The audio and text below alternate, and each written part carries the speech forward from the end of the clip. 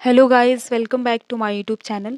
आप सभी जानते हैं कि 22 अगस्त को यूपीएससी केस के 3 मामलों की सुनवाई हुई और इसमें 2 मामलों में यूपीएससी एस्पिरेंट्स की हार हो चुकी है। तो इस वीडियो में हम यूपीएससी केस के अपडेट्स के बारे में जानेंगे। इसके साथ ही जो तीसरा केस है संतोष देवी वर्सेस यूपीएससी वाले मैटर में जो अगली डेट लगी है वो 13 सितंबर की डेट लगी है। फिलहाल तो प्रेजेंट में जो है वो 2 ही केस अभी एक्टिव हैं। पहला केस संतोष देवी वर्सेस यूपीएससी केस जिसकी हियरिंग 23 सितंबर को है। दूसरा case Himanshu Kumar versus UPSC case जिसकी जो लास्ट हियरिंग है वो 2 अगस्त को हुई थी और इसमें दिल्ली हाई कोर्ट के द्वारा इस केस को रिजर्व कर दिया गया। इस केस में लगभग 25 दिन हो गए और अभी तक जो है वो रिजर्व लिस्ट जारी नहीं किया गया है और इसमें ये कहना ज़्यादा उचित होगा कि अगर Himanshu Kumar versus UPSC case में अभ्यर्थियों की हार हो जाती तो अभ्यर्थियों का जो है उतना नुकसान नहीं होता जितना कि इस केस के डिले होने से अभ्यर्थियों को नुकसान हो रहा है। क्योंकि अगर इस केस में अगर हार हो जाती तो अभ्यर्थियों के द्वारा आसानी से सुप्रीम कोर्ट पहुंचा जा सकता और वहां पर आसानी से हियरिंग हो जाती। और हिमांशु कुमार वर्सेस यूपीएससी वाले केस में पेपर फर्स्ट और पेपर सेकंड यानी जीएस फर्स्ट और सी सेट दोनों का मुद्दा उठाया गया है, जबकि Siddharth Mishra versus UPSC case में सी सेट के मुद्दे को उठाया गया था।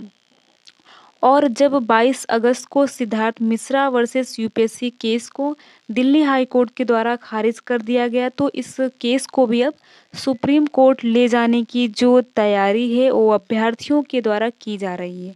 और इसमें सबसे इम्पोर्टेंट ये है कि जो पेटिशनल की संख्या है वो भी बढ़ाई जाएगी जिससे कि यूपीएससी केवल 15 पेटिशनल के आर्गुमेंट को बार बार न दोहरा सके। क्योंकि 22 अगस्त को Siddharth Mishra versus UPSC case के खारिज होने का मुख्य कारण यही बताया जा रहा है कि उसमें पेटिशनल की संख्या बहुत कम है। हम देखते हैं कि जल्द ही सुप्रीम कोर्ट में यूपीएससी केस पेटिशनल भी दायर कर दिया जाएगा और इसके साथ ही कई अन्य राज्य में भी यूपीएससी सीसेट के मैटर में केस करने की जो पहल है वो शुरू की जा चुकी है और आने वाले दिनों में हो सकता है कि हमें और भी केस इस मैटर में देखने को मिले।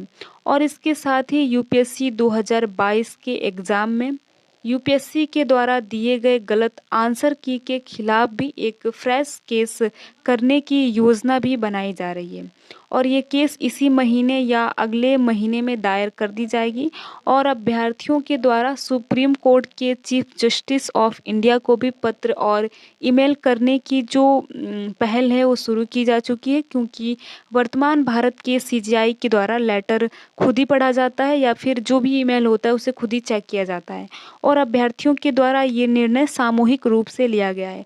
और इस प्रकार हम देख सकते हैं कि अभ्यर्थियों के द्वारा हर वो प्रयास किया जा रहा है जिन्हें उन्हें थोड़ी भी उम्मीद नज़र आ रही है। तो हर वो प्रयास जो है वो अभ्यर्थियों के द्वारा की जा रही है, लेकिन दुख की बात यह है कि अभी तक कोई भी फैसला अभ्यर्थियों के पक्ष में आता हुआ नज़र नहीं आ रहा है।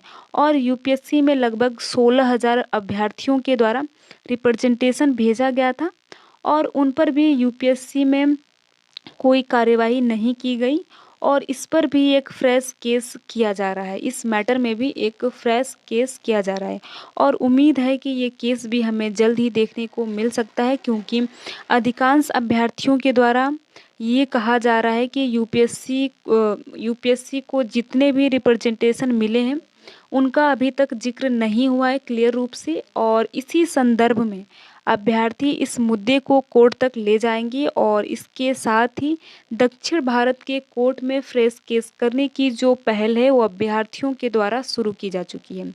इस प्रकार वर्तमान में जिस प्रकार से पहल की जा रही है तो आने वाले समय में कई ऐसे केस देखने को मिल सकते हैं। लेकिन बात ये यहाँ पर आकर रुक जाती है कि क्या इतने केस होने के बाद भी अभ्यर्थियों को राहत मिलती है या फिर ये सिलसिला यूं ही चलता रहता है। फिलहाल तो आने वाले समय में देखना होगा कि अभ्यर्थियों के द्वारा इस केस को किस प्रकार से इस केस की किस प्रकार से योजना बनाई जाती है और अभ्यर्थियों को क्या कोई अभ्यर्थियों के पक्ष में क्या कोई फ़ैसला आ पाता है या फिर नहीं। अगर आपको वीडियो अच्छा लगा हो, इस वीडियो की इन्फॉर्मेशन अच्छी लगी हो तो वीडियो को लाइक कर सकते हैं। वीडियो अच्छा नहीं लगा हो तो वीडियो को डिसलाइक कर सकते हैं। Thank you.